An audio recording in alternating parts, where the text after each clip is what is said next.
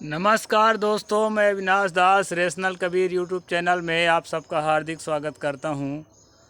दोस्तों, कोई भी भाई बहन यदि इस चैनल को सब्सक्राइब नहीं करे हैं तो सब्सक्राइब ज़रूर कर लें, बेल आइकन ज़रूर प्रेस करें दोस्तों, और ऑल नोटिफिकेशन ऑन करके रखें ताकि हर मेरा वीडियो आप तक सबसे पहले पहुंच जाए।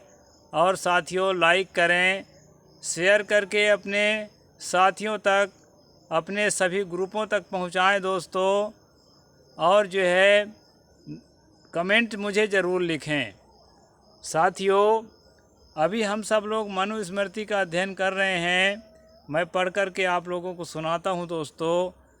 कम से कम जाने तो प्राचीन काल का जो ये संविधान है, जो भारत के पूरे शासन प्रशासन को चलाने का काम करता था, इसमें क्या क्या बातें हैं, इसको डिटेल से समझने के लिए ही मैं अभियान चालू किया हूं दोस्तों।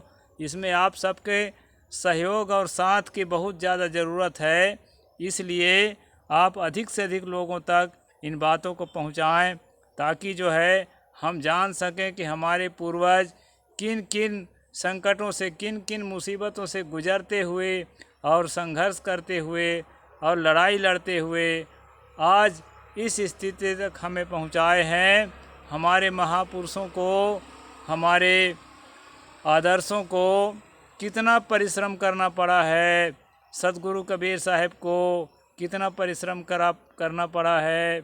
बाबा साहेब अम्बेडकर को, फूले को, पेरियार को कितना परिश्रम करना पड़ा है, तब जा कर के आज हम थोड़ी सी राहत पाए हैं दोस्तों।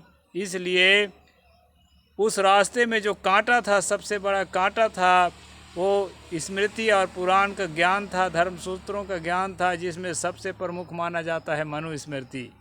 इसलिए दोस्तों, और मनुस्मृति देश का संविधान भी था हिंदू राष्ट्र का, जो हिंदू राष्ट्र के लिए बहुत ज़्यादा उत्सुक हैं हमारे ओबीसी भाई, एससी भाई, एसटी भाई और भी अन्य लोग।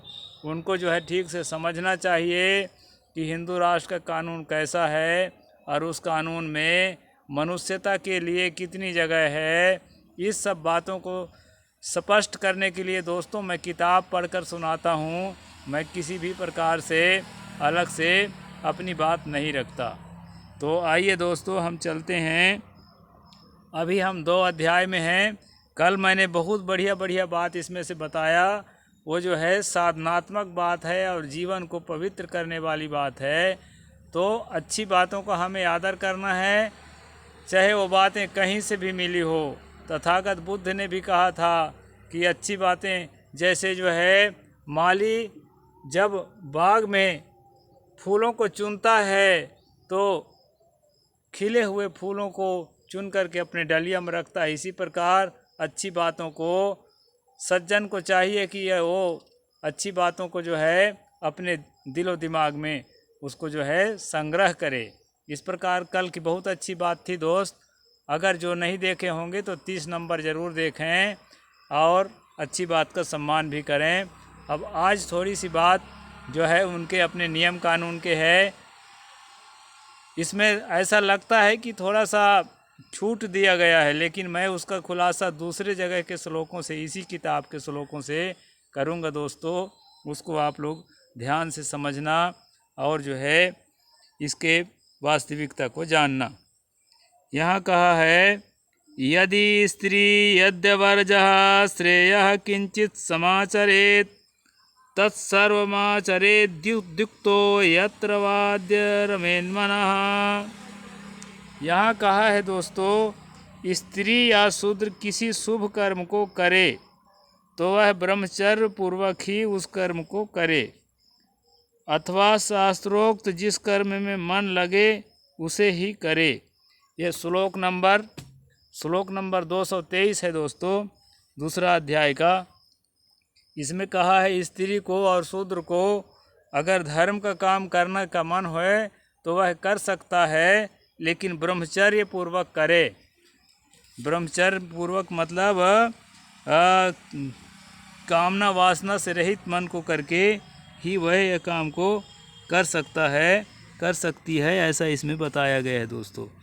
अब इसमें हमें ये देखना है कि स्त्री को किस प्रकार से इस प्रकार कर्मों में प्रवृत्त होने का अधिकार दिया है कि नहीं दिया है, इसके लिए दोस्तों हमें दूसरे किताब में जाने की ज़रूरत नहीं है। इसी किताब में इसके संबंध में हमें पर्याप्त जो है सामग्री मिल जाती है। दोस्तों मैं आपको दिखाना चाहूँगा, इसमें कहा है न श्रोत्रियतते यज्ञे ग्रामयाज्ञी कृते तथा स्त्रिया क्लिब्येन चाहुते भुंजीत ब्राह्मणः क्वचित। इसमें बताया है दोस्तों, जिस यज्ञ में वैदिक ब्राह्मणों का अभाव हो, यानी ब्राह्मण ना हो, दूसरा आदमी उस यज्ञ को करता हो, उस यज्ञ को मूर्ख पुरोहित या मूर्ख मनुष्यों द्वारा या अन्य मनुष्यों द्वारा किया जाता हो, उस यज्ञ में जो है ब्राह्मण को कभी भोजन नहीं करना चाहिए। इसी प्रसंग के दूसरा लाइन में बताया है दोस्तों कि यदि उसमें स्त्री हवन डालती हो, ऐसा स्वाहा करती है, जब मंत्र पढ़ के स्वाहा स्वाहा बोलते हैं तो आग में जो है हविष्य को डाला जाता है। तो हविष्य को डालने वाली अगर स्त्री है तो यहाँ कहा है दोस्तों कि उस यज्ञ में ब्राह्मण कदापि भोजन ना करे। अब हम पूछते हैं कि यहाँ ब्रह्मचर्य पूर्वक जो है कोई भी धार्मिक कृत्य करने के लिए जो छूट दिया गया है, तो कौन सा धार्मिक कृत्य वह करेगी बेचारी, ये जो है समझने की बात है दोस्तों। तो बहुत सारी बातें हैं, वैसे मैं अभी अन्य अध्यायों में जाऊंगा तो आपको बताता फिरूंगा कि कहाँ पर क्या कहा है। यहाँ पर और भी बातें मिलेगी दोस्तों। यहाँ पर 9वें अध्याय का जो है 18वां श्लोक में ये कहा है, नास्ति स्त्रीणाम क्रिया मंत्रे रीति धर्मे व्यवस्थितः निरिंद्रिया ह्य मंत्राश्च स्त्रियो नृत्यमिति स्थितः। यहाँ पर कहा है दोस्तों, धर्मशास्त्र के व्यवस्था के अनुसार स्त्रियों का जातक आदि कर्म मंत्रों से नहीं करना चाहिए, यानी किसी भी प्रकार का जो धार्मिक प्रक्रिया है उसमें अपने वैदिक मंत्रों का उपयोग नहीं करना चाहिए। उन्हें मंत्रों का ज्ञान और अधिकार भी नहीं है। स्त्रियों को किसी तरह मंत्रों का ज्ञान करने का, यानी पढ़ने लिखने का, उस समय की पढ़ाई, आज का जो विज्ञान टेक्नोलॉजी की पढ़ाई है उस समय नहीं थी दोस्त। उस समय की पढ़ाई जो है यही वेद शास्त्र इत्यादि थी। लेकिन पढ़ाई है, जब जिस ज़माने में जो पढ़ाई हो उस समय उसको पढ़ना चाहिए। अब आप लोग देख रहे हैं कि जो लोग उस समय की पढ़ाई पढ़ते थे, जब विज्ञान और टेक्नोलॉजी का ज़माना आया तो जंप करके देश विदेश में पढ़ने चले गए, क्योंकि शिक्षा का बीज था दोस्तों। और शिक्षा का बीज ही जिसके अंदर नहीं था, जिसके अंदर पढ़ने लिखने का संस्कार ही नहीं था, वो जो है ना देश में पढ़ा न विदेश में पढ़ा, न पढ़ने के लिए उसके अंदर रुचि भी नहीं जागी। तो इस प्रकार से यहाँ पर जो है कहा है कि ज्ञान का अधिकार उसको नहीं है, उसकी झूठ में ही स्थिति है। यानी कि स्त्री के स्थिति यहाँ बता रहे हैं कि झूठ में ही है, सत्य में उसकी स्थिति नहीं है। कुल मिला के स्त्री को यहाँ पर झूठ बताया है। प्रत्यक्ष दिख रही है, खड़ी है सामने में, लेकिन ये जो है मनु को दिखाई नहीं पड़ रहा है, कह रहे हैं कि वो तो झूठ है। इस प्रकार के दोस्त यहाँ जो है धर्म में किसी भी प्रकार से अधिकार वाली बात नहीं बताई गई है, और ना ही शूद्रों के लिए। शूद्रों और स्त्री को जो कहा है कि ब्रह्मचर्य पूर्वक धर्म में भाग लेना चाहिए, लेकिन ऐसा नहीं है दोस्तों। हम पिछले स्ट्रीम में पढ़ कर आए हैं कि शूद्र को जो है एकमेव तु शूद्रस्य प्रभु कर्म समाधिशः यतेषामेव वर्णानां शुश्रूषा मनसूयया। यहाँ पर कहा है दोस्तों कि ब्रह्मा ने उपर्युक्त तीनों वर्णों को, उपर्युक्त तीनों वर्णों का मतलब है ब्राह्मण जाति, क्षत्रिय जाति और वैश्य जाति। ये जो जातियां हैं, इनको जातियों का समूह है, इसको स्मृतियों के भाषा में वर्ण कहा जाता है। वर्ण का मतलब जातियों के समूह। ब्राह्मण जातियों का समूह, उसमें शुक्ल, तिवारी, चौबे और तमाम तरह के होते हैं त्रिपाठी और बहुत सारे जातियों के समूह। इसी प्रकार जो है क्षत्रिय के राजपूत जातियों के समूह उसको क्षत्रिय बोला, और जो है वैश्य व्यापारी वर्ग के जातियों के समूह उसको वैश्य बोला। और दोस्तों जो शिल्पी थे, कामगार थे, जो किसान थे, जो मजदूर थे, इस प्रकार के जो लोग थे उनको जो है शूद्र कहा गया। और जो है अति शूद्र भी कहा गया, अछूत कहा गया उसको, जो अत्यंत जो है बहुत ज़्यादा निम्न स्तर के सामाजिक और आर्थिक स्थिति से जो बहुत ज़्यादा पिछड़े थे, शैक्षणिक स्थिति से बहुत ज़्यादा, शैक्षणिक स्थिति सभी पिछड़े थे, लेकिन जो सामाजिक स्थिति से बहुत ज़्यादा पिछड़े थे उनको जो है दलित और अछूत कहा गया दोस्तों। तो इस प्रकार से जो है उनके लिए जो यहाँ पर काम बताया है ब्रह्मा जी। ब्रह्मा मतलब ब्रह्मा के द्वारा इसलिए कहा जाता है दोस्तों ताकि कोई इनकार मत कर सके, क्योंकि ब्रह्मा जब सबका निर्माता है, सबका परमात्मा है, तो उसकी बात को आप कैसे ठुकरा देंगे? ठुकराएंगे तो वो कुछ भी कर सकता है, क्योंकि उसके हाथ में है। आप पत्ता पत्ता नहीं हिल सकता उस परमात्मा के बिना। तो ऐसे परमात्मा के हाथ में आप हैं, तो उसके आर्डर को कैसे ठुकराएंगे? इसलिए ना यहाँ पर बताया है कि ये आदेश किसने दिया? ब्रह्मा ने दिया। और क्या आदेश दिया है कि ब्रह्मा का उपर्युक्त तीनों वर्णों का गुणानुवाद करते हुए, ऐसे अनमन भाव से सेवा करने से काम नहीं चलेगा। उनके जो है प्रशंसा करना पड़ेगा, गीत गाना पड़ेगा उनके बारे में, और जो है प्रशंसा करते हुए उनकी सेवा करना पड़ेगा। यही जो है एक ही कर्म ब्रह्मा ने निर्धारित किया है। फिर यहाँ पर जो ये कहता है कि ब्रह्मचर्य पूर्वक धर्म के कर्म भी वो कर सकता है, तो वो बेचारा कौन सा कर्म करेगा? उसके लिए तो कोई कर्म यहाँ पर निर्धारित ही नहीं किया गया है। तो इस प्रकार दोस्तों शूद्र के लिए और स्त्री के लिए यहाँ किसी भी प्रकार से धार्मिक चीज़ों में अधिकार नहीं है।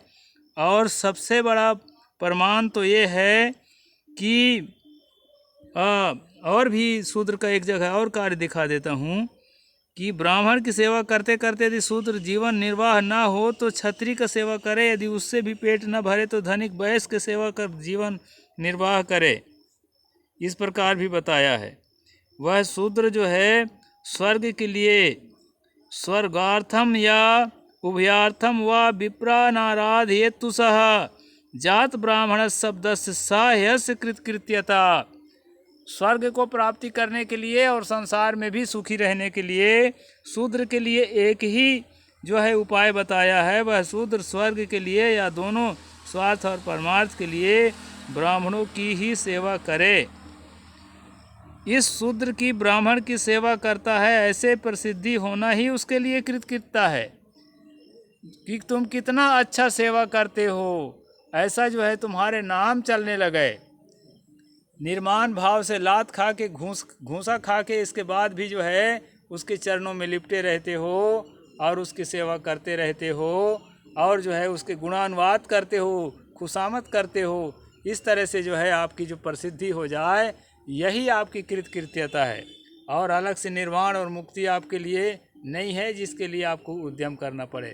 तो इस प्रकार से दोस्तों यहाँ पर शूद्रों के लिए और स्त्रियों के लिए यद्यपि बताया तो है कि ब्रह्मचर्य पूर्वक धर्म का काम करें, लेकिन धर्म का कौन सा काम करें ऐसा जो है इसने जो है नहीं बताया है। और तो और है उसको पाप और पुण्य भी नहीं है, उसके लिए पाप और पुण्य भी नहीं है, यहाँ तक भी पाप भी नहीं है। यहाँ तो कहे ना शूद्रे पातकम किंचिन ना संस्कार मरहति ना चाधिकारी धर्मेस्ति ना धर्मात् प्रतिषेधनम। शूद्र का पातक नहीं होता, यानी दूषित पदार्थ खाने से भी उसको कोई पाप नहीं है, उसको कोई संस्कार भी नहीं है, धर्मकार में उसका कोई अधिकार भी नहीं है, और ना तो धर्मकार से निषेध ही है। यानी धर्मकार के निषेध नहीं है, सेवा मेवा कर सकता है, लेकिन धर्मकार में उसका कोई अधिकार नहीं है। और पहले ही हम पढ़ चुके हैं दोस्तों कि यदि वो धर्म का काम करता है तो उसका निष्फल होगा, उसको जो है सिर्फ और सिर्फ चरणों की गुलामी करेगा, उसी में सफलता है। इस प्रकार के दोस्तों हमने देखा कि धर्म के क्षेत्र में कितना अधिकार, कितनी भागीदारी जो है स्त्रियों और शूद्रों को दिया गया है। मैं खोल खोल के बताया, और भी आने वाले पन्नों में मैं खोल खोल के बताऊंगा, और दंड विधान के विषय में भी आपको बताऊंगा। दोस्तों, अभी हम 2 अध्याय पूरा कर दिए हैं। अब कल से जो है हम विवाह पद्धति के, हो सकता है थोड़ा सा कुछ दूसरा प्रसंग होगा, फिर विवाह पद्धति पर चर्चा करेंगे कि विवाह के लिए क्या क्या विधान है। और जो है दोस्तों, पिछले स्ट्रीम को आप लोग ज़रूर देखें, और अगला स्ट्रीम, हर स्ट्रीम को देखें दोस्तों, और जो है अपने साथियों तक पहुंचाएं, ताकि मेरा चैनल जो है ग्रो होए, तो मैं अपनी जो है सेवा जारी रख सकूं। दोस्तों, मुझे बहुत ज़्यादा ज्ञान है या बहुत ज़्यादा समझ है, ऐसा अहंकार करने की ज़रूरत नहीं है। लेकिन एक बात कह देता हूं दोस्तों, मेरा जो है पक्का दिल है कि मेरी सेवा से जनता में जागरण हो, और जो है धर्म के अफीम से निकल कर के रैशनैलिटी की ओर आगे बढ़ें। इसलिए मैं यह स्ट्रीम चलाता हूं दोस्तों। आप सब कृपा करके जो है इसको सहयोग करें, शेयर करें, और स्वयं भी हर रोज़ जो है इस स्ट्रीम को देखें दोस्तों, लाइक करें, और जो सब्सक्राइब नहीं करें हैं सब्सक्राइब करें। साहिब बंदगी। जय भीम, जय जोहार, नमस्कार।